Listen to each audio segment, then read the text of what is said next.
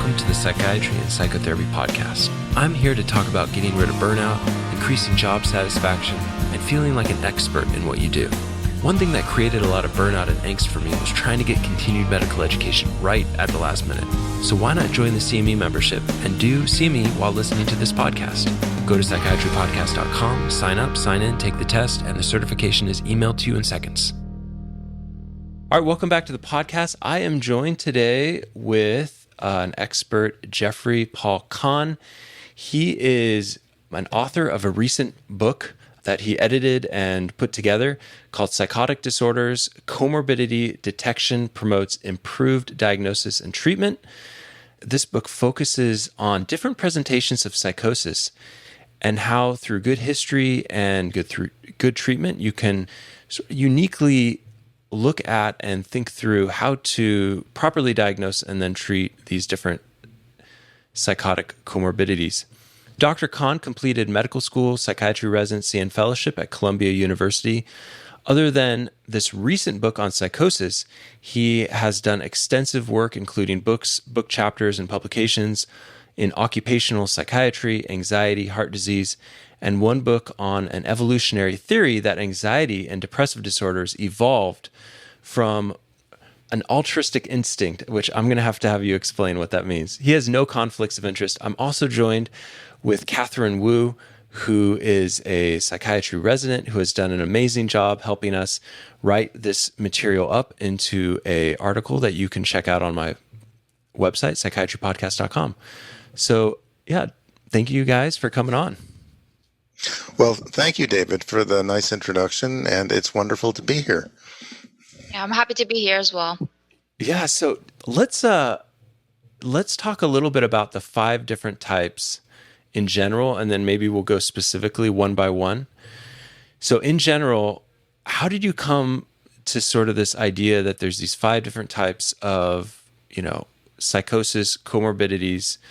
How did you start to think through that yourself? What was your process? Well, the process of defining 5 psychotic subtypes started with the previous book on evolutionary psychopathology. And in thinking about my own practice and my training in anxiety disorders in particular, and research that I'd done in anxiety and depression, it occurred to me that the diagnoses I see most often in my own practice are 2 subtypes of depression, melancholic depression and atypical depression. Both of them are in DSM. Atypical depression may be a little less well known to some psychiatrists. And within depressive disorders, there's within anxiety disorders, the most commonplace ones are social anxiety and panic anxiety. And then there's OCD, which may be an anxiety disorder, and then again, maybe not, depending on who you ask.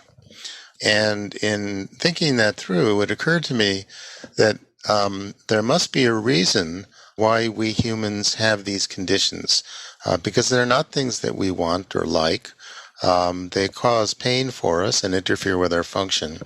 So if you're thinking about it from an evolutionary standpoint, maybe at one point in primeval times, they served a purpose. To tell you the truth, I was thinking about that as I was reading a book about beer, and wondered why beer was so important to ancient man. And it occurred to me as I woke up that maybe it served the same purpose then that it serves now. For example, people have a drink to loosen up when they go to a party or go to a bar, and to feel that they have more of a level playing field, and it's easier to get along. This resulted actually, this excerpt in an op-ed in the New York Times, which the Times editors had the wisdom to publish on St. Patrick's Day, How Beer Gave Us Civilization. And it was wildly popular online for the New York Times. But it also led to thoughts of what kinds of purpose these might have had in primeval times.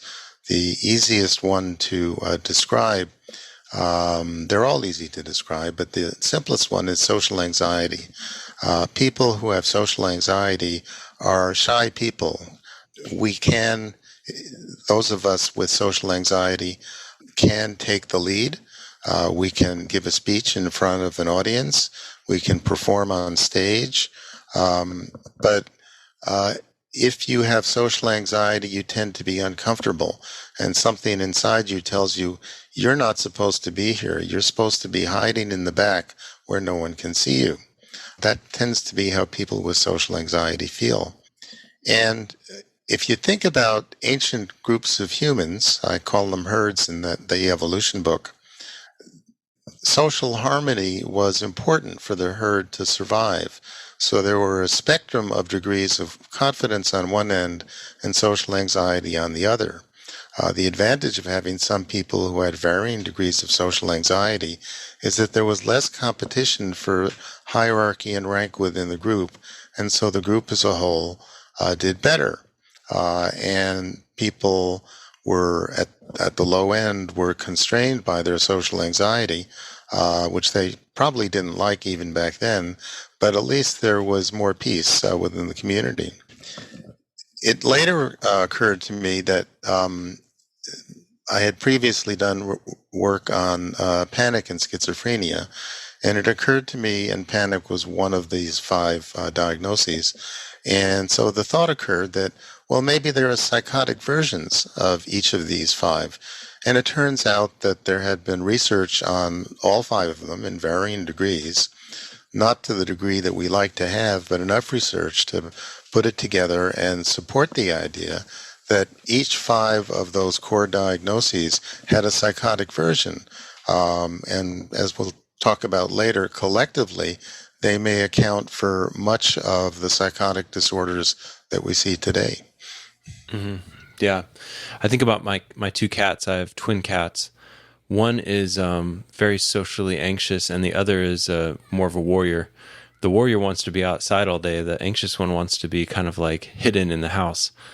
And I think inevitably one will survive better, right? If the coyotes are out one night, probably the warrior will pass away and the shy one will remain, right? Well, that depends on whether or not the coyotes break into the house. Right. Do you see these anxiety types of issues, this evolutionary wiring going back before humans, or do you see it being uniquely human? Well, we shouldn't spend too much talking about the prior book, but I suspect that it goes way back in human evolution, and it's been present for a long time, including now in many species, not just humans. You know, as you talked about with your cats, there are alpha cats and alpha dogs and not so alpha cats and dogs. And in experiments with a captive monkey troop, for example, for safety reasons, they removed the alpha male monkey from the troop, and then they identified the lowest ranked male monkey in the troop and gave him Prozac. And sure enough, he became the new alpha male.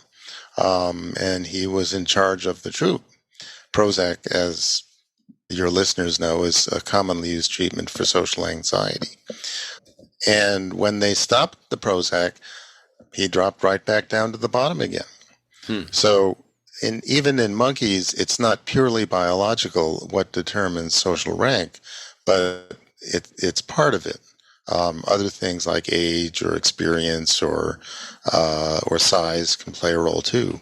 But biology like this, and we may have something similar in humans. Social anxiety, for example, is if you look at the prevalence by socioeconomic status, it's more common in people with lower socioeconomic status. So even today, when our conscious minds and our culture tell us that we can achieve anything we want to, we still have something in us that tells us, well, maybe that's not such a great idea. Yeah, and with good treatment, I've seen a lot of patients who then climb up and do better in different jobs, make more money. It's not uncommon I've had, patients triple their salary in 5 years. And I think that's a combination of therapy, of course, and medications, but I see it. Absolutely. But this is one specific aspect of it, and it applies to some of the other diagnoses too.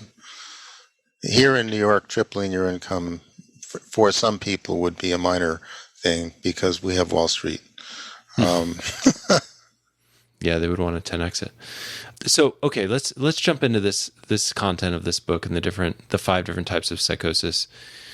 But before we jump into the different ones, let's talk about, like, in general, what is psychosis and how do you sort of define it? Well, psychosis is a disorder in humans where people have fixed false beliefs, and they fall into 2 main categories. One of them is hallucinations, which is a perceptual sensation which seems real. And unless I'm mistaken, there's evidence that, in fact, for example, auditory sites light up in the brain when people are hearing voices, because from their perspective, they actually are hearing the voices, even though there's no voices around them. There are other kinds of perceptual hallucinations, including visual and olfactory and others, but they play a relatively small part in common psychotic disorders. The other major category is delusions. The most common one, of course, is paranoid delusions of various kind. There are ideas of reference, which are also, you could call them paranoid, but they're slightly different than thinking that the authorities are out to get you. So there are different flavors of delusions, although most of them, not all of them, most of them are about the idea that somebody in power doesn't like you and might do something about it. But there are other ones too. Yeah. What would you say the common theories for psychosis are at this point? You talk about the dopamine dysfunction theory. Maybe we could start there. Well, a growing theory, not yet accepted by everyone, is that there's a common thread among the various psychotic disorders, that all of them are an overlay on top of a susceptibility to psychosis, sometimes called psychotogenesis. Some people have factors, aspects about them that make them more likely to become psychotic. A variety of different psychoses, but more susceptible to the psychoticization of them, if I might invent a word. And there are many factors that have been proposed, ranging from early childhood loss of a parent, for example, to various specific genetic abnormalities. But I think the 2 that are perhaps not speaking as an expert, but as someone who has met experts, I think the 2 that play the most prominent role are a variety of factors that do one of 2 things. One of them is our frontal lobes are where we do our conscious thinking. And one of the things that our thinking does is it modulates certain instinctive fears and behaviors that we have, and puts them in more rational terms for us. Some people, for a variety of reasons, have frontal lobes that don't function as well. Either they are smaller, or they have a different neuronal structure, or fewer neurons. There's a variety of things that have been proposed. So one possibility is that people have what's called hypofrontality, a low level of frontal lobe functioning. That doesn't make people psychotic in itself. Another possibility that's likely, as most people listening know, dopamine is a neurotransmitter that's involved in psychosis. And when people are psychotic, the main way that all existing antipsychotics work is by reducing dopamine activity. Too much dopamine activity is associated with psychosis, and drugs like the original drugs like thorazine and haloperidol and more modern atypical antipsychotics all have a dopamine blocking effect. So some people have a genetic variation. There are genetic variations, one in particular, that cause hypofrontality. And likewise, with dopamine activities, there are genetic variations, one in particular, that increase dopamine function. And what effect might this have? Well, dopamine is a neurochemical. People think of it as a pleasure chemical, but it's not exactly that. What it does is, if we sense something pleasurable or desirable in our surroundings, our brain releases dopamine by way of encouraging us to seek whatever it is that we've already sensed. If you have too much dopamine activity, you may get all wired up about trying to find some good things around you, which can have effects of a variety of kind on instincts, on other neurochemicals, and on other diagnoses. So the two primary but not only factors contributing to susceptibility to psychosis are hyperfrontality and increased dopamine activity. Then, when people have certain other common anxiety or depressive disorder subtypes and certain difficult circumstances roll around, they might combine to produce a psychotic disorder. Mm-hmm. Yeah. Yeah. So you were talking about with this hypofrontality theory, this idea that you have with that impaired conscious thought, reduced attention span, impeding processing of social cues. And with that, I was curious if you had any thoughts about these microexpression studies. There's one, Russell 2006, which I've looked at, which they've trained people with schizophrenia on how to read microexpressions better, and it actually improved their emotion matching task back up to the normal control level, not superior than control, but back up to the normal control level they were impaired before. Is this kind of an example of, how with that hypofrontality you might have impeded processing of social cues? Any thoughts on that in particular? Well, people who have psychotic disorders often have reduced ability to recognize social cues, and there are other things that can do that too. And one possibility is that the frontal lobe serves as a center for viewing social cues and determining on a conscious or unconscious level what emotions are being seen. Another possibility is that with hypofrontality, the frontal lobes can't filter inborn perceptions of emotion, and therefore people have to learn to balance the inborn perceptions with the observed things. As a side note, there is literature that suggests that the way we determine emotions is kind of indirect through something called mirror neurons, so that if you look at someone and they're smiling, that's not sufficient for you to determine that they're happy. In a subtle way, one part of your brain detects the smile, mimics it, and then your brain notices that you're smiling, and in that indirect way, it determines that someone else is smiling. And you can actually block this with Botox, which would paralyze the relevant muscles. And if you do that, people's ability to detect other people's emotions goes down. Yeah, I've wondered about that with Botox specifically, because they usually block the middle of the forehead where people have anger, disgust, fear, and sadness, and they block that area, and how that influences their ability to potentially interact with other people as well, and other people to read what they're feeling.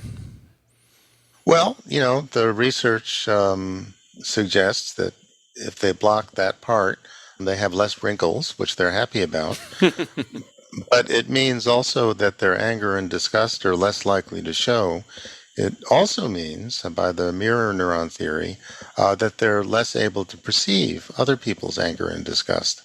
So they're walking around in, a partial emotional vacuum as a result. But I think what happens in psychotic disorders is that people can become so overwhelmed by emotion and by cognitive dysfunction that it's hard for them consciously or unconsciously to focus on other people's emotions and perceive what they're doing. So they have kind of a sort of flat quality to them, at least some of them, and they don't interact well socially because they don't pick up on social cues very well or express them very well themselves. But that varies from one to another, and the story of that study you mentioned is fascinating. It suggests that people with schizophrenia can learn to do a better job of picking up on social cues, but the next question is, do those abilities persist? And are those abilities socially useful to them, or are they just something that they're able to learn and use, but it doesn't have a social value? Yeah, I would say for myself, it took me probably a lot longer than the study said it, took them so many hours. For me, it probably took a couple hundred hours to figure out how to use that information accurately. That's one of my interests, so to speak. I'm just launching a training program online for that. So yeah, I would say probably it didn't persist for them very long because it does take some repetition and some practice. And then how to integrate that knowledge in a meaningful way is another question, which is more difficult to teach. Okay, let's jump into the different types. The first one being, what is obsessive compulsive schizophrenia? Well, by way of brief introduction, to me, and it's fascinating that maybe psychotic disorders or psychotic versions of common anxiety and depressive disorders that we know about, and that we can, if we can overcome the obstacles to diagnosis, we can treat the comorbidities that go with those psychoses and help people get a whole lot better, which is what you see in clinical practice. And in addition, maybe these associated diagnoses can help define the nature of the psychotic disorders as well. In one case that's well established, and that's further down the list, but that's the association of melancholic depression with psychotic depression. And it's long been recognized that psychotic depression is preceded by melancholia, and that treating both is essential for people getting better. OCD is one of the ones on the list. It's probably the one that I've seen the least frequently of those there, but I've certainly seen it. And our chapter author for that were two of the leading experts on OC schizophrenia, Michael Wang and his colleague. So what you see is people, if you are able to get the history, is people who have a prior history of OCD, which may or may not have been noticed or treated. And then at some point they start developing psychotic symptoms. Those psychotic symptoms might include delusions. They might include hallucinations, auditory hallucinations. But that might also include things that resemble a psychotic version of OCD symptoms.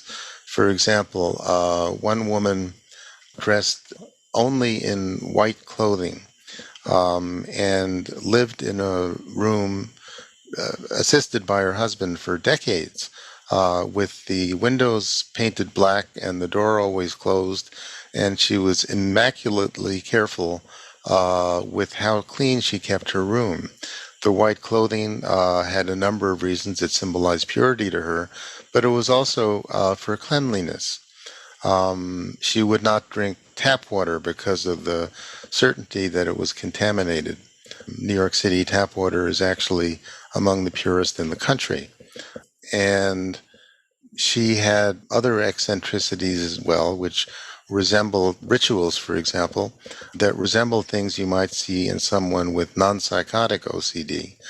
But in her case, it took on a psychotic form. And she was treated with a combination of an antipsychotic, of course, as well as with an SSRI, fluoxetine for her. And gradually over time, it took, she had an additional comorbidity as well. But between the two comorbidities and the psychosis itself, it took 6 or 8 months for her to get better.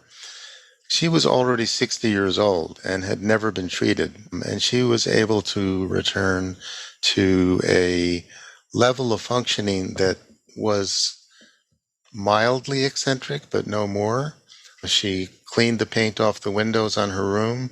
She and her husband celebrated her feeling better by drinking a glass of tap water together, and they started going out of the apartment every day. They were retired, but every day they'd go to a restaurant or a store or a park.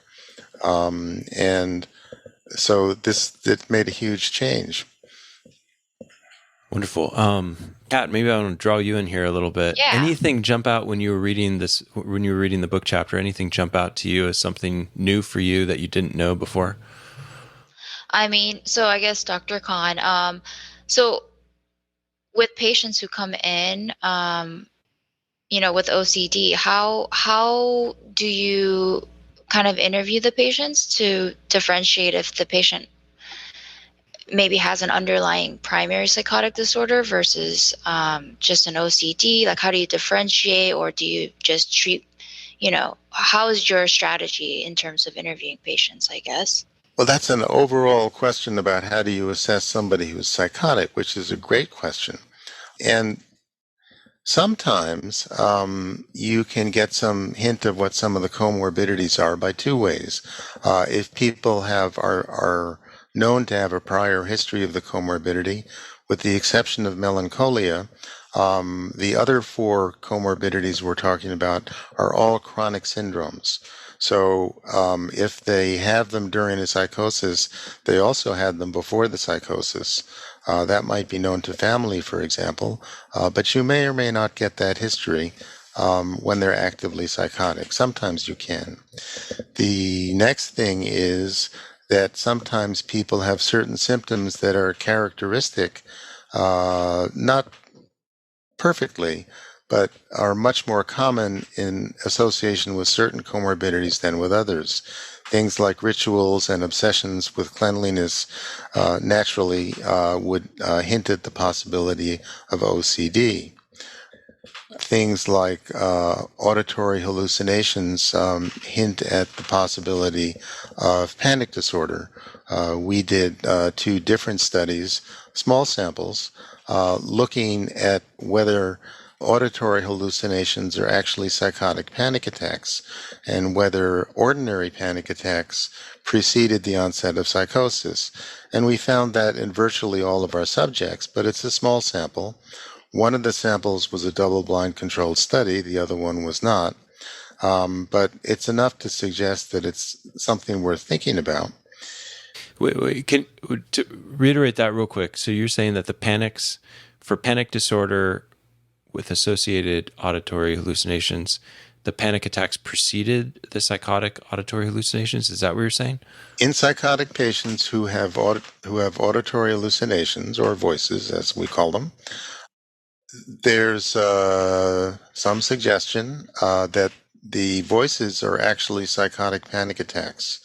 And we developed a semi-structured interview, which is in our book and is also available, that is the structured way of looking at this with patients to help them identify that sudden moment when voices begin, and then to explore whether at the same moment that the voices begin, there are symptoms sufficient to meet criteria for panic. And in all the patients that we studied, including in a double-blind controlled study, this seemed to be virtually always the case. when these patients become non-psychotic, for example, on antipsychotics alone, the voices disappear, but the panic attacks come back. And there's an expression that I try out with these patients, which universally works, and that is, are you having voices without voices now? And they know exactly what I mean, and they say yes, and they proceed to describe a panic attack. And of course, if you get a careful history, you learn that the panic attacks began, and in all of our studies, always begins before the psychosis. And to answer another part of Kat's question, the best way to get the fullest history and the most accurate history of all the comorbidities that might be present is to wait until the patient is stabilized, and then do a more thorough and careful interview when the patient is more interactive, less cognitively impaired, and more cooperative. And then you can get further information. Once patients get better still, anecdotally, they can often get back to baseline, sometimes better than that. And then you can get even more history. But in the book, we try to describe some of the ways of learning about which comorbidities might be involved as you go along so that you can get started on treating people for the comorbidities, which helps them, indirectly helps the psychosis as well. I have one question. If from my understanding, patients with schizophrenia, they most of them usually always have auditory hallucinations. It never truly goes away with treatment. So how do they have insight into their conditions, like comorbid conditions like OCD, for example, if the hallucinations are constantly there? I know a lot of them, they know that the voices aren't real.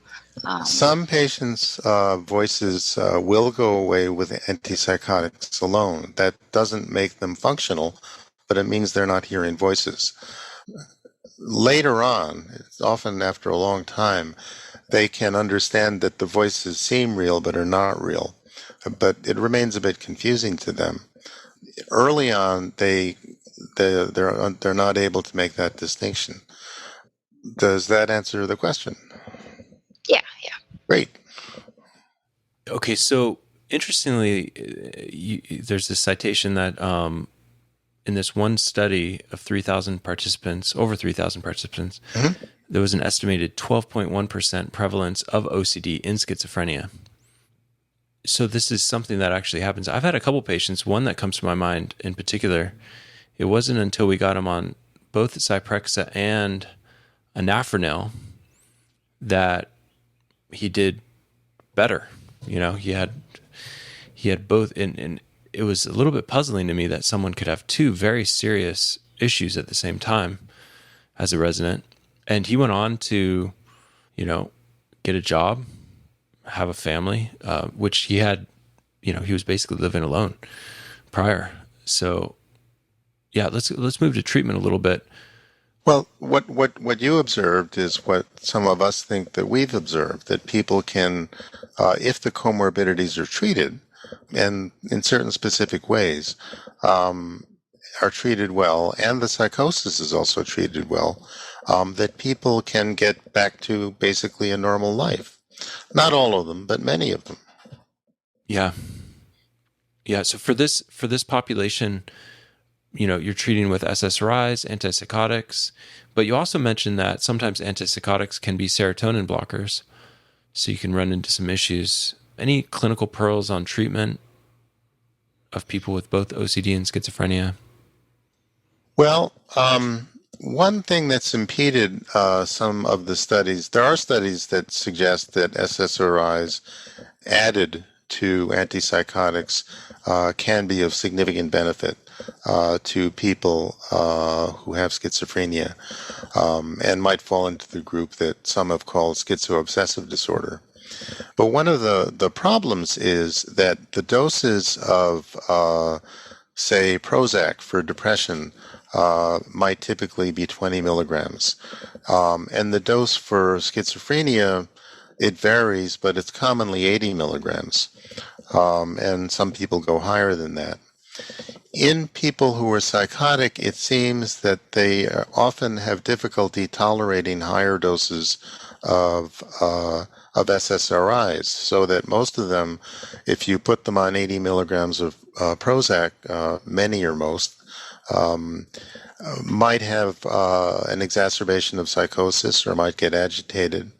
So that leads us to a clinical pearl that's purely anecdotal, and that in a couple of cases with these patients, I've put them on fixed doses every 12 hours of clonazepam, and that seems to allow them to tolerate a higher dose of SSRI, which is then more likely to help them get better.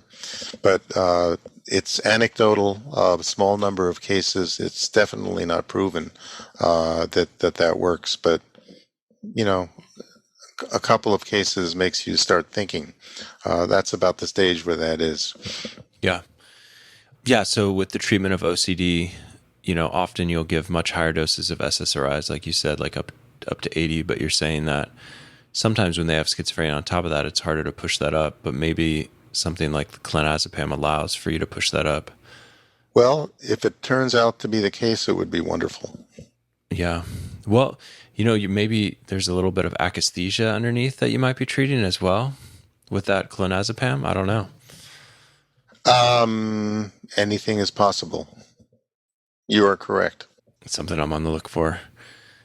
Yeah. You also mentioned in this chapter was that CBT may actually stress them out and may cause a relapse. I had never thought about that before, but intuitively, most of these patients that I treat have responded the best to just focusing on the therapeutic alliance, focusing on empathy, because sometimes even getting them to take the medications is tough.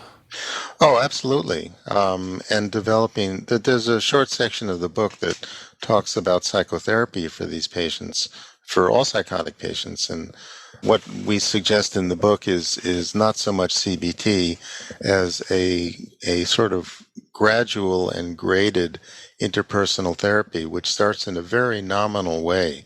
When they're acutely psychotic, you just spend a little bit of time sitting with them so that you're a non-threatening presence. And that's basically all that it is. And that, as they get better, then you move to supportive therapy, helping them with things, encouraging compliance. And as you get better, you can do more involved supportive therapy and discuss relationships. And in a small number of patients, you can even get into some dynamic psychotherapy, which would actually be contraindicated earlier on because if you tried that, it probably would exacerbate the psychosis. When I was a resident, I was taught with most patients, you want to help them get it out. With psychotic patients, you want to help them push it back in. Interesting. Yeah, that's good. We talked a little bit about the mixture of panic disorder and psychosis.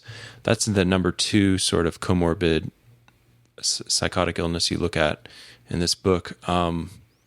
Any other things that really jump out that help you understand that this is someone who also has panic disorder in the midst of schizophrenia? Well, panic and schizophrenia is how I started out in this area of research back in the 1980s, working under a fellow named Donald Klein, who was probably the preeminent researcher of his time and my mentor back then. There had been some studies that came out suggesting that Xanax, given to unselected psychotic patients, seemed to make some of them better, a lot better, in positive symptoms, negative symptoms, and cognitive symptoms, but they couldn't figure out which ones. So I figured, well, this is worth trying out. And at the time, I was teaching part-time at a state hospital and working with one of the attendings there and with the residency director there, and with Don Klein, we found some patients on the wards who had schizophrenia and who had current panic attacks. And we added, I think, Xanax every 6 hours. Xanax is a short-acting drug.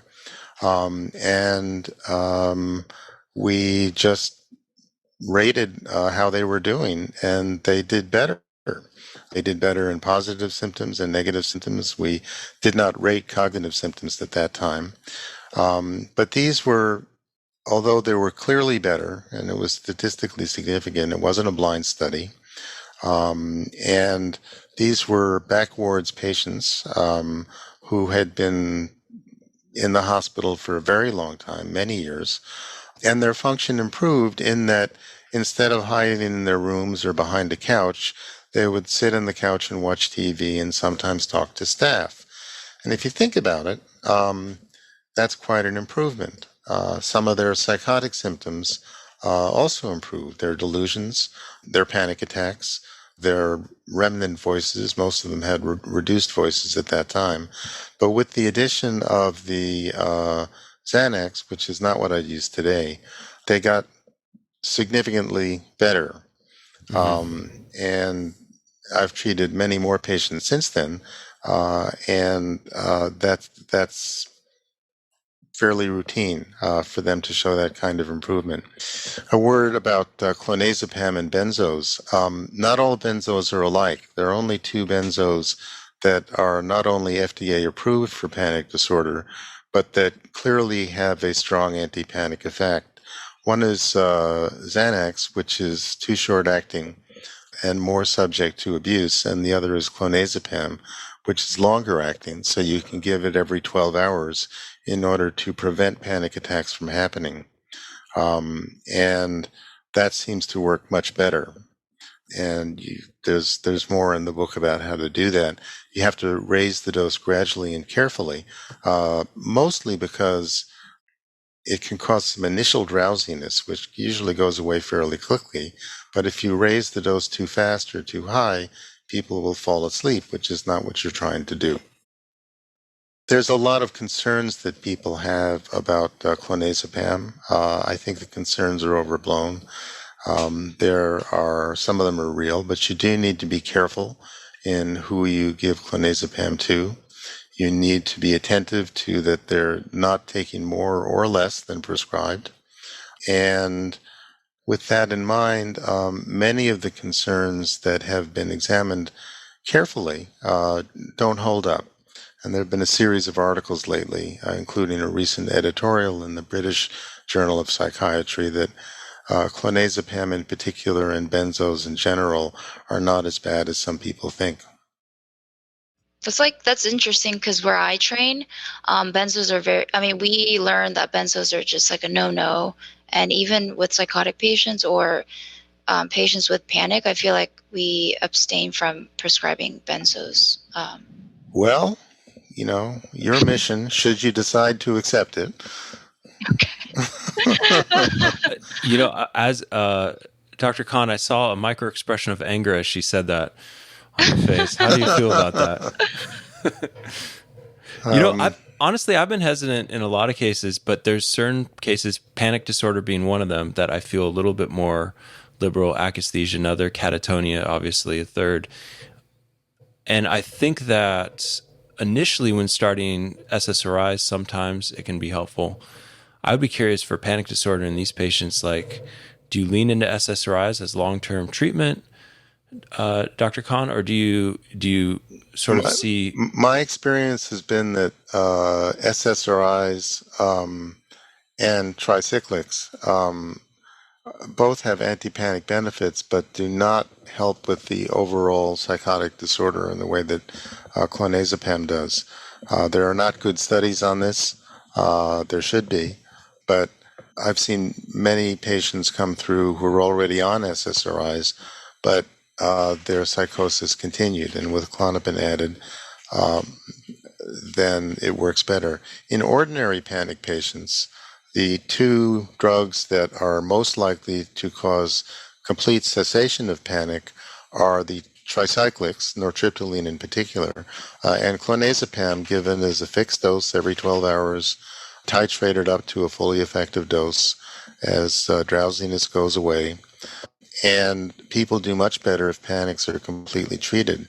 SSRIs are often effective, but they don't necessarily stop panics completely. They make them statistically significantly better, but the panics often continue to some degree.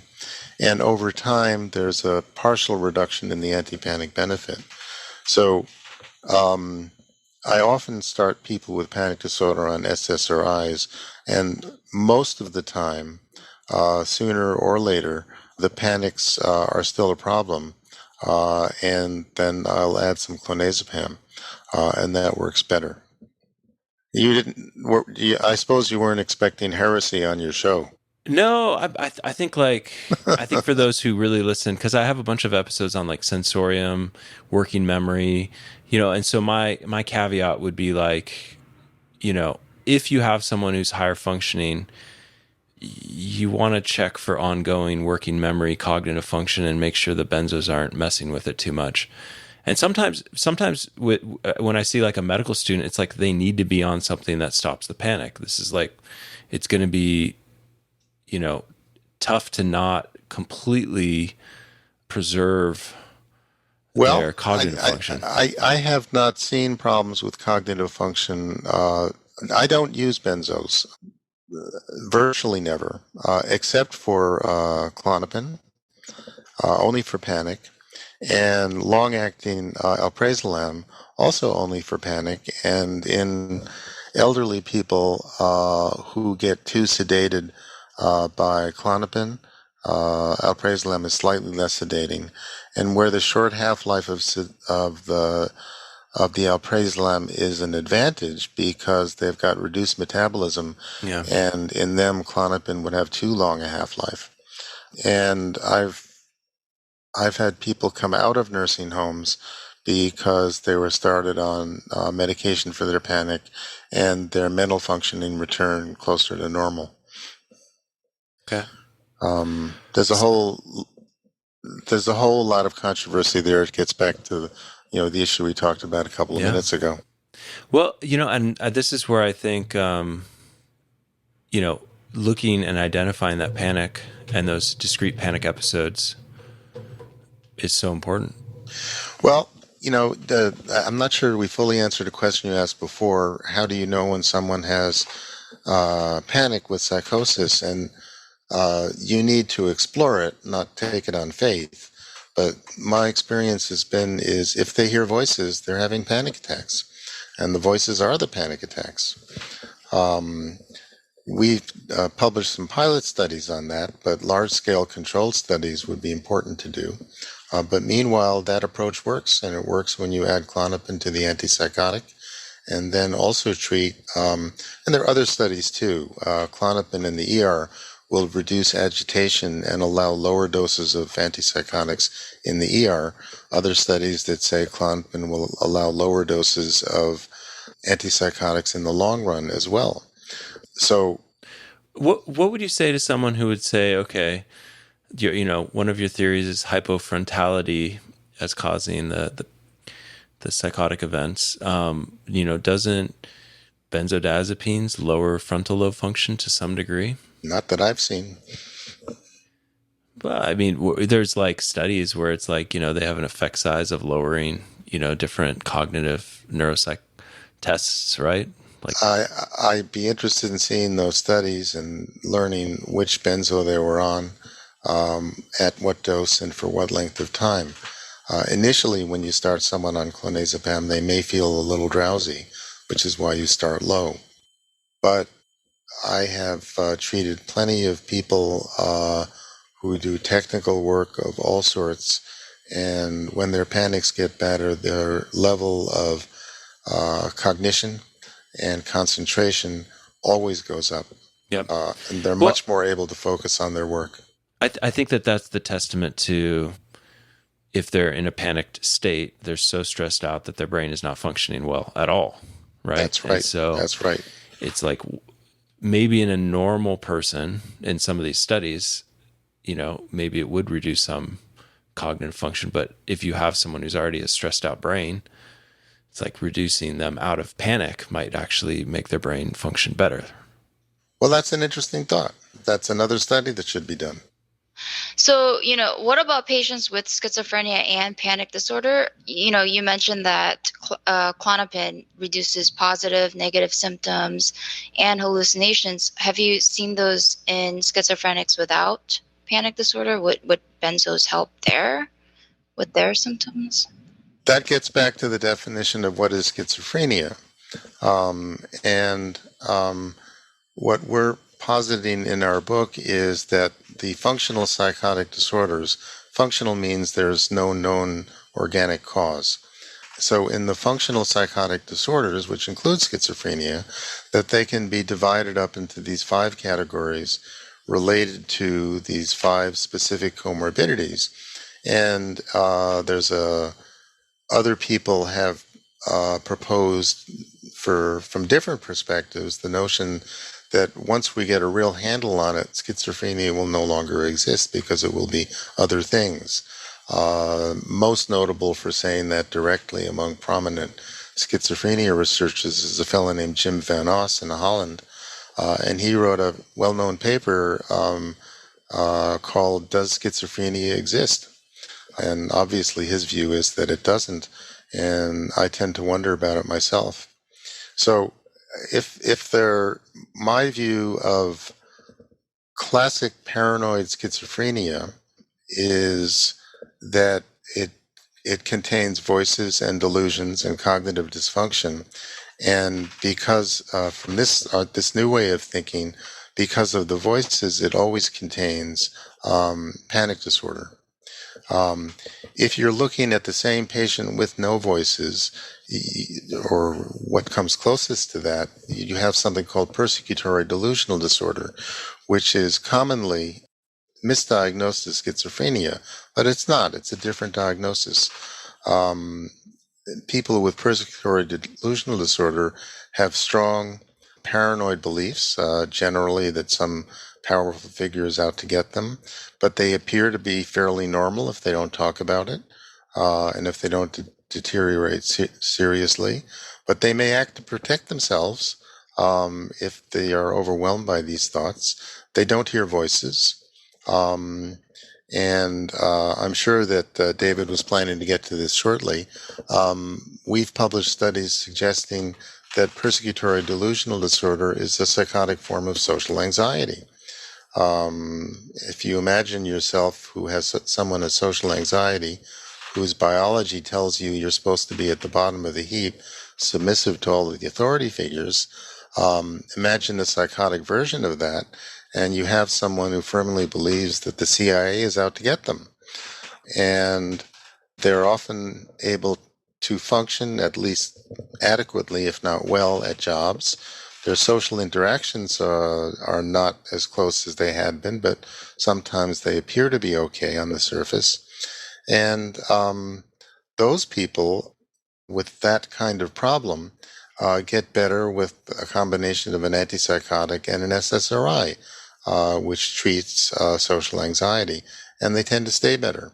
But in case conferences and in teaching, I can't, tell you how many patients I've seen in a high quality hospital that were called schizophrenic when actually they had persecutory delusional disorder. I've also been sent articles to review where people evaluated psychotic patients in a hospital population and concluded that there were 2 kinds of schizophrenia, one with voices and one without, and the group without had a higher level of functioning. And as a referee, I commented, well, maybe that's because they don't have schizophrenia. Could it be that some or all of that group have persecutory delusional disorder? It's a disorder that people don't often think about. It was certainly underestimated, under-discussed in my own training a long time ago, although it was well known back then. Okay, I want to pick your brain on this article here. This is the one that I go off of. So chronic, it's a meta-analysis, cognitive effects of long-term benzodiazepine use. And in this study, they found the effect size around 0.74 for reducing different types of cognitive function. I'll take you down to this this main table here, what journal table was 3. this in? Oh, this is from 2004. 2004, CNS drugs. And we'll put in our article, the final of the debate. I'll let him write if he has any other thoughts. But yeah, this is the kind of stuff where I'm like a little bit concerned for some people. I mean, this is compared to normal controls, so it's not like This is long-term use of benzodiazepines in an elderly population, showing a reduction in various cognitive functioning. Correct? Well, let's see here. This is a meta-analysis. This is a meta-analysis. Yep. Okay. Well, there are a lot of studies like that, and more published since 2004. You have to be very careful about correlation and causality. Correlation doesn't show causality. And if benzodiazepine use is associated with reduced mental functioning, there are a number of possibilities. The one that concerns people, of course, is that benzodiazepines, what if they cause reduced mental functioning or dementia? As a side note, clonazepam is not separated out in those studies. In fact, in one study, it was excluded for reasons that were obscure from the analysis. Who is it that takes benzodiazepines? People who are more sick, right, and more needing them. People with anxiety disorders or insomnia. That would be the bulk of them, I would think. So it raises, puts in another factor. There was a study that was published, I think, in June of last year in the American Journal of Psychiatry, along with an accompanying editorial. And what they did was they did yet another one of these studies, but they broke down those people who used benzodiazepines into people who used higher doses and people who used lower doses. And they looked at the incidence of dementia in the two groups. And what they found was that if you thought that benzos were and all benzos were lumped together, of course, if you thought that benzos were causing dementia, you would expect more of it in the high dose group and less of it in the low dose group. If you thought that untreated anxiety was causing dementia, you would expect more of it in the low dose group and less of it in the high dose group. And actually, that's what they found in this study. They reported that among benzo users, the more they took, the less likely they were to have dementia compared to those who were benzo users and taking less of it. And it was support for the speculative possibility that maybe it's the anxiety disorders that are causing the dementia. And there was an editorial in the American Journal that supported this, acknowledged that the anxiety relationship is speculative, but clinically, when you see people who are getting demented, the ones that I've seen, many of them, if not most of them, have a prior history of a significant anxiety disorder, which tends to get worse at the initial phases of the dementia. So that in particular, people are likely to get benzos as the dementia is starting and may have been on them before. So the evidence, it depends on how you look at the causality. Well, the data aren't all in, but I appreciate your I appreciate the back and forth here. Most of my patients recognize me. I think it's well, I think that's good. Well, and it's not that I haven't used them and don't use them. It's just that I'm cautious with the use, and maybe I should reassess this. So maybe I'll have to do a deep dive with Kat or something, and we'll look at this. Yeah, I think it's very interesting. Yeah, I honestly we never prescribe benzos at our institution. I never prescribe benzos either. Only clonazepam, which happens to be a benzo, and rarely Xanax, and only for panic disorder, not for other things. Okay. Well, I don't want to belabor this point too much, and we'll put those articles in this in the article we'll produce, so that if you're listening to this and you're curious, you can go and you can read more until our sort of deep dive on this specific topic. But I like my brain being stretched, so I'm gonna take the challenge and read some of these things and rethink this. Okay, yeah. Anything else that you want to talk about social anxiety and the overlay of psychosis? I was a little like when we talk about this, are we talking about like a spectrum? And it seems like the further you go into the social anxiety, the more potential you have for some psychotic process, or is it a continuum, or how do you see this? I think that social anxiety in the non-psychotic population is a spectrum. At one end, you have the severely shy, and at the other end, you have the genuinely confident, not falsely confident people. And there are people all along the line in between. It's a spectrum of severity corresponding to the biological component, but not the other parts of a social hierarchy. And so I think one of the questions that you implied was, if you have more social anxiety, does that make you more likely to be develop persecutory delusional disorder than someone who has is a quietly confident person with no social anxiety? That's a great question. I hadn't thought about that. I don't know anybody who has.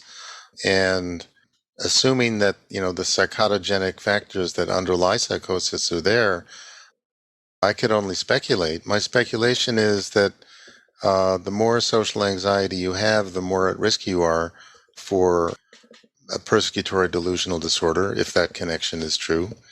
And if you're confident enough, not false confidence, but true confidence, then maybe, you're not going to get psychotic in that way.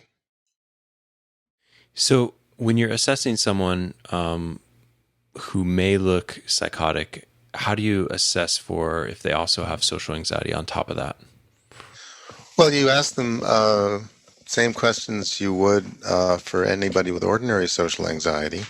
And since it's a chronic syndrome, if they had social anxiety beforehand, that means that it's still there because it never goes away, although it may vary. So you would ask questions like, were you a very shy child? Do you, how comfortable are you with public speaking?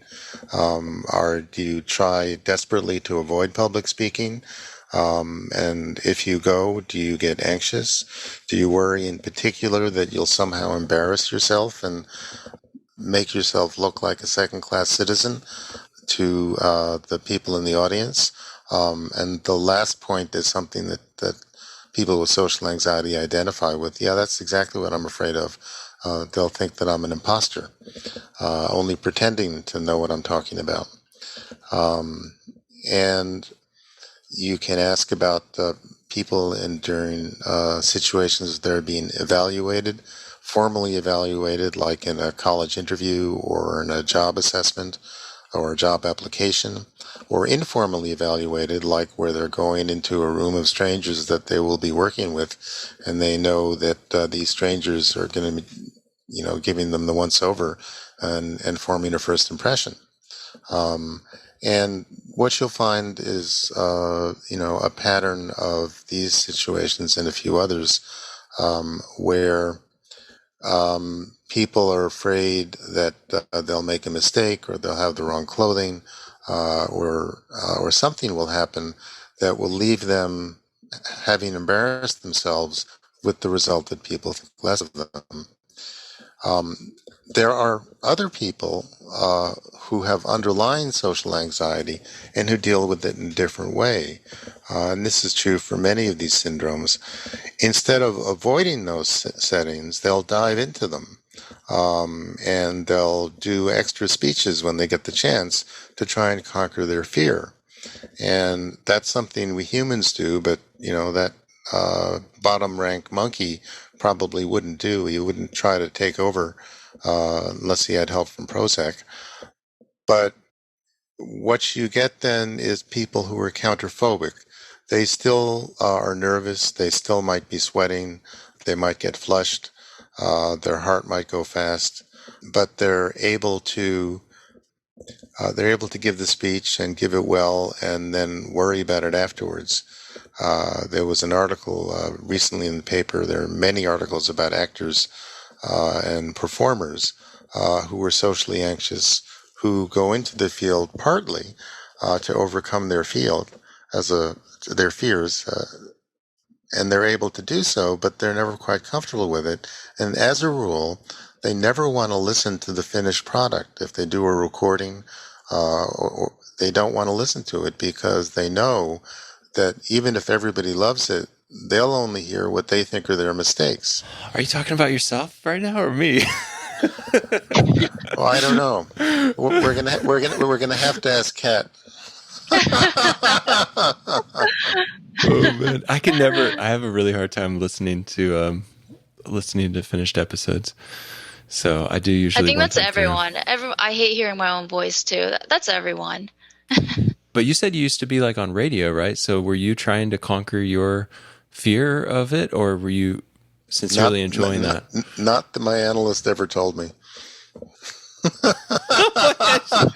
Okay, but what do you think? I don't think that social phobia is something that I suffer from, but I certainly know people who do, and I've treated performers of all kinds, some of them with quite severe social phobia, and having social phobia is an advantage if you go the counterphobic route, because you work extra hard to develop your skills because you're so afraid of embarrassing yourself. And you're also much more than usually attuned to audience reaction, which is very important for performers of all kinds, particularly if they're in front of a live audience. So it's a career advantage. So another study that could be done, my question is whether there's more social anxiety in the more talented performers than in the less talented performers. Interesting. Yeah. Okay, let's get on to, let's see, what's our last one? Oh, okay. We're talking about depression, like a melancholic depression. And so we know that, as the depression progresses, they may have psychotic symptoms later on. I think I really like how you differentiate between the atypical and the melancholic depression. So maybe we'll talk about those both at the same time, because that's exactly how I split my depressed people into, like, are they this category or this category, right? I couldn't agree with you more. They have specific patterns, and I look for those patterns. And if they don't have them, then I wonder if they're really depressed, or whether they're having a grief reaction, if they're hypothyroid, or in the case of one person who didn't believe that he didn't have a biological depression with a capital D, he turned out to have both a vitamin B12 deficiency and hypothyroidism, and didn't have a psychiatric depression at all. It's not rare, but it's not uncommon to see that. Something we psychiatrists need to think about. So when we're thinking about melancholic depression, we're thinking about psychomotor retardation. We're thinking about what are the other symptoms that really jump out at you? Pessimism, anhedonia, hopelessness. Loss of appetite, hopelessness, guilt, psychomotor retardation, an unreactive affect. People can't smile no matter how good it is, something that might happen. They often have suicidal thoughts, although they're more likely to act on them as they're getting better than during the melancholia. And in addition, there are two characteristic symptoms. One of them is early morning awakening. If their normal waking hour is 7 a.m., they wake up at 4:30 and can't fall back to sleep, even though they're tired. And do they wake up anxious? And the other is diurnal variation. Melancholic depression is typically worst in the morning when people get up, and it gradually gets a little bit better as they get more energized during the day. Not a lot better, but enough that people notice a small improvement. And those are characteristic symptoms as well. It's the classically described form of depression. When psychiatrists of old talked about depression in the formal sense, that's what they were referring to. Yeah. And, you talk about TCAs better than SSRIs, potentially ECT, a short-term course of benzodiazepines for initial reduction of anxiety. The Andre Veras and I were the editors of this book. We didn't write all of the chapters, but the person who wrote that chapter is a good friend, a wise clinician, and so if he thought that a short course of benzos were useful, we weren't going to argue with him. Yeah. You talk about doing a thorough history, head imaging, assessment of delirium, laboratory tests, and really trying to be direct with questions rather than open-ended questions. I think that's a good history-taking pearl.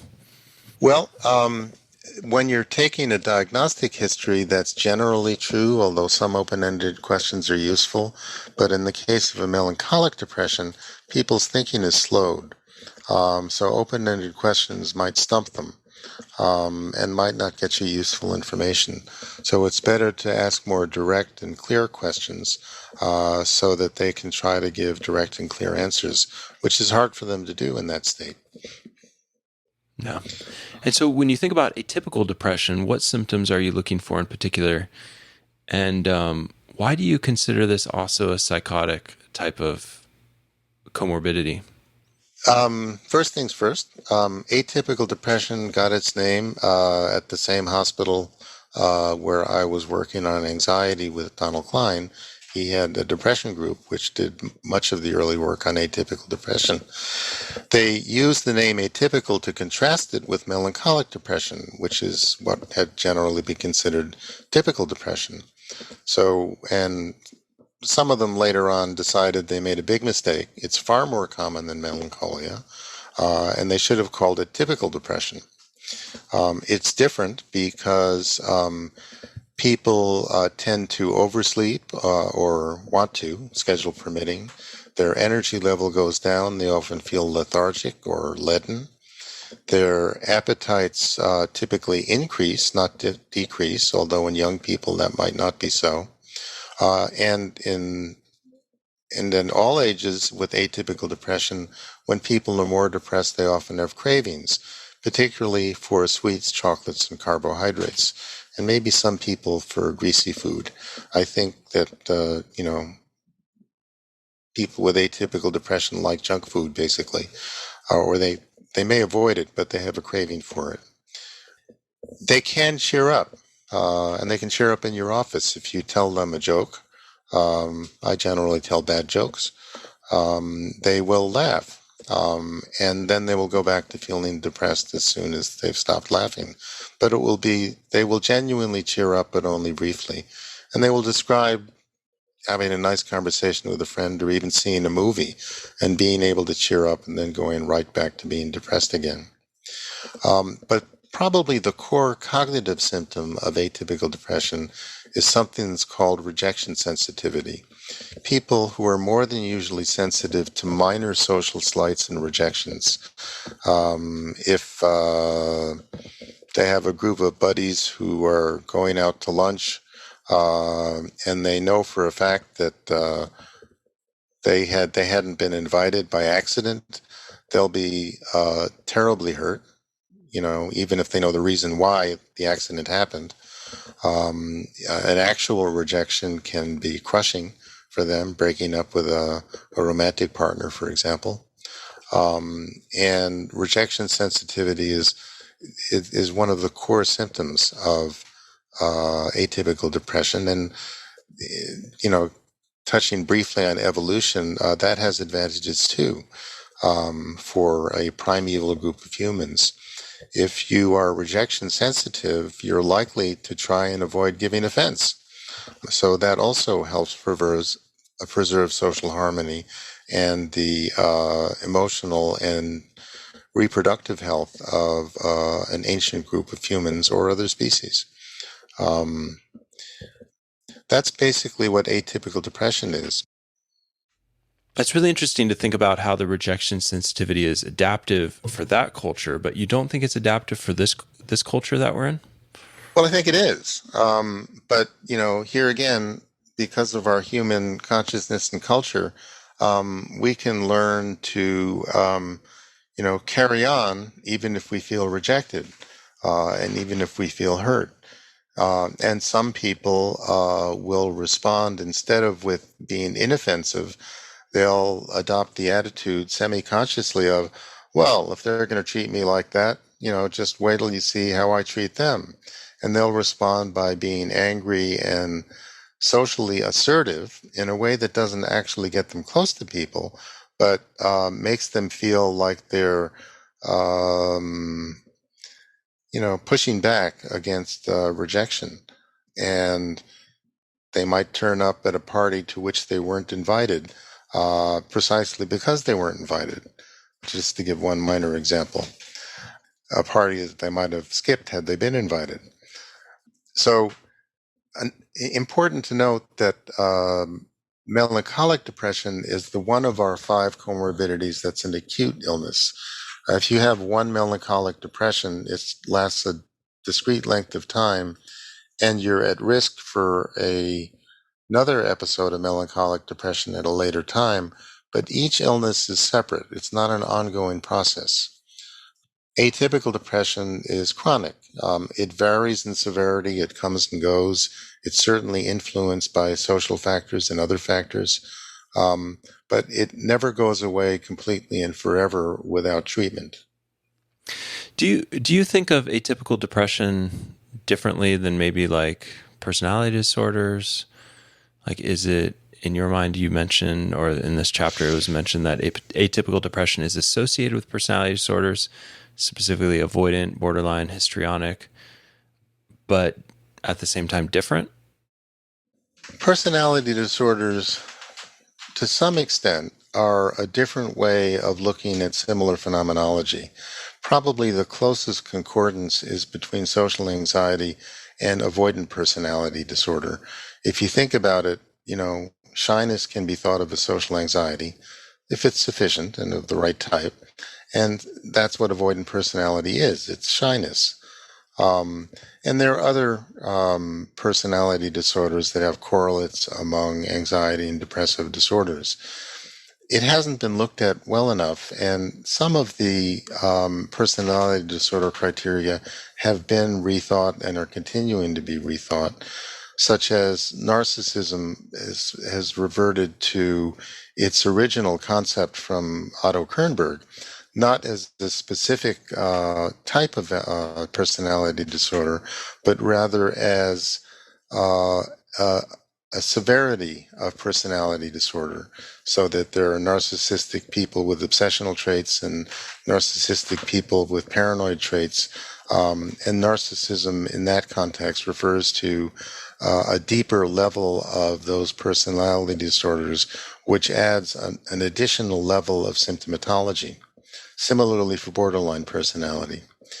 In addition, some people have wondered whether narcissism might be associated with social anxiety in some ways. They've wondered whether borderline personality is associated with panic disorder. And of course, all of the anxiety and depressive disorders that we've talked about, all 5 of them are common. In non-psychotic people, if you have one, you usually have more than one, so there's a lot of comorbidity within that group, comorbidity. And that would be true in personality disorders and psychosis as well, that you often see multiple diagnoses to look at. That's in the book, but it's kind of hidden. Kat, do you have any questions that are jumping in your mind that you want to make sure we hit on these 2 topics? So do you think atypical depression is associated with bipolar disorder? I think I read that in the book. Do you see it more often? Well, the way DSM is written is to have bipolar 1 disorder, you have to have an episode of mania, and you probably have a history of depression, but you don't have to. I think if you look more closely, and studies have done this, the predominant kind of depression found in bipolar disorder, consistent but in a small number of studies, is atypical depression, not melancholia. Major depression is more of a catch-all diagnosis, which encompasses both of those and more. And so many people think that atypical depression is the most common kind of depression associated with bipolar 1 disorder. Do you feel like, because from my training, I feel like we just clump all the depression types into one. We don't really talk about atypical, yes, but not melancholic. Colic, do you think that they should be separate disorders? Many people do. They used to be separate. They're now both listed as subtypes of major depression and DSM. But many depression researchers think that they are distinctly different forms of depression. They're not subtypes of some overarching disorder. And there was actually a great deal of debate about it. A guy named Max Fink I think he's up in Toronto, he wrote a book on melancholia. It's a wonderful book if you like reading long books about a specific disorder. It's very well written. But he describes how major depression came into DSM to displace melancholia and atypical depression as separate diagnoses. And it was partly political. Somebody said, we can't have this debate go on forever. We're just going to say everything's major depression.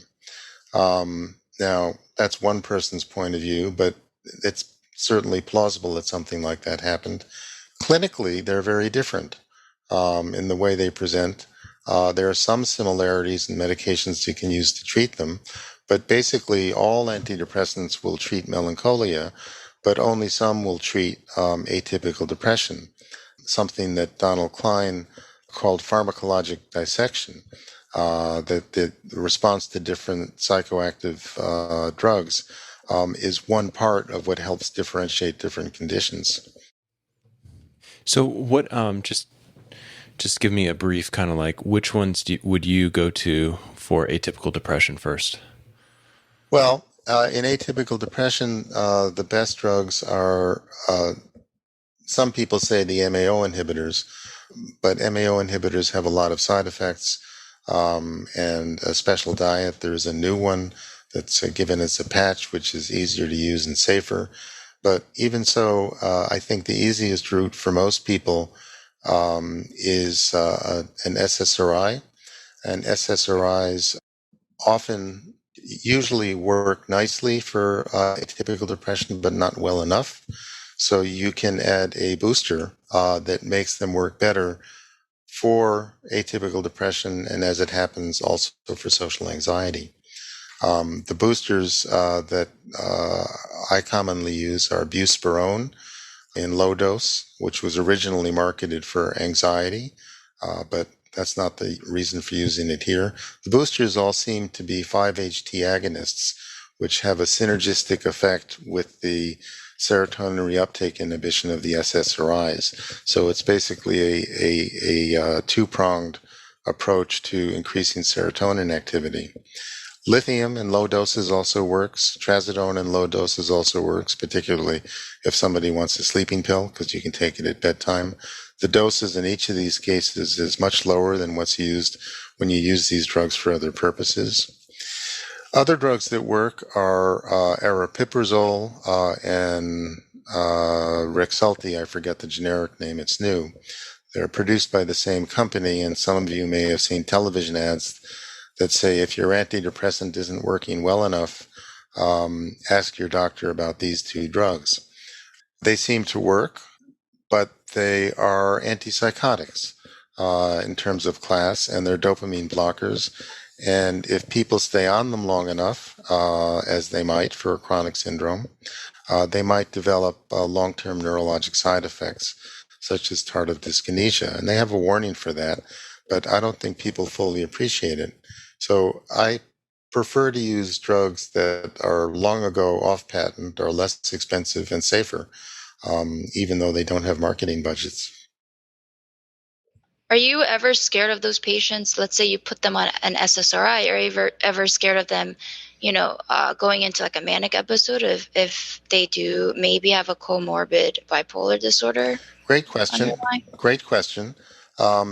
There's a great deal of concern about whether antidepressants can cause trigger mania in bipolar 1 disorder, or alternately, if not trigger it, then at least whether they can shorten the time until the next manic episode happens. Both possibilities have been mentioned. The literature makes you wonder about tricyclics and some of the others, but the literature on SSRIs suggests that they have the least risk and maybe relatively little risk at all. I've often done this. People do better. I do wait until mania is completely resolved before starting an SSRI. And I've not seen any problems. That doesn't mean it can't happen, and there's room for more research.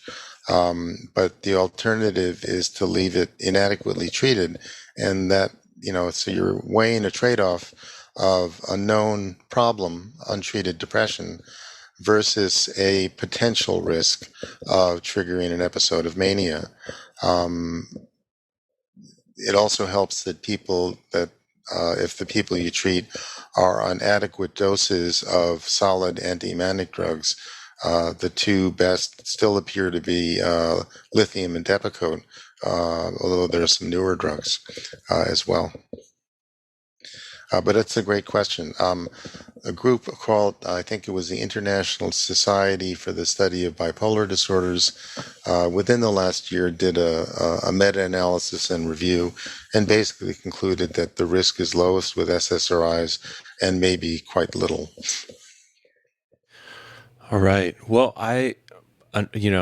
this time has escaped us. We've gone really long, and I think it's been a great conversation.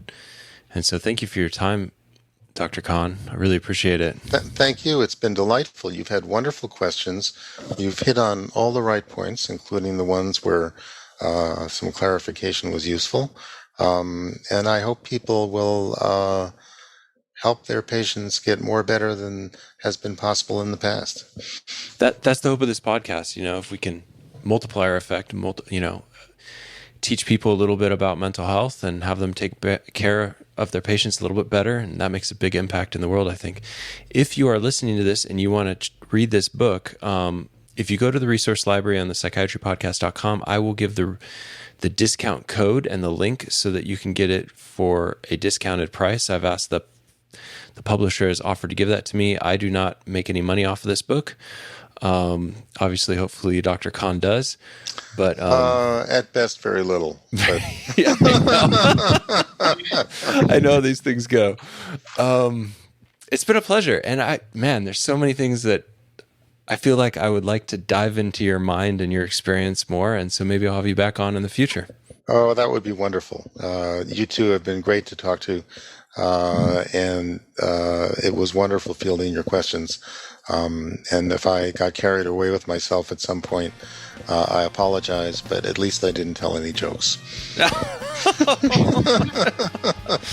Oh, man. Okay, well, we will leave it there, and I really appreciate it.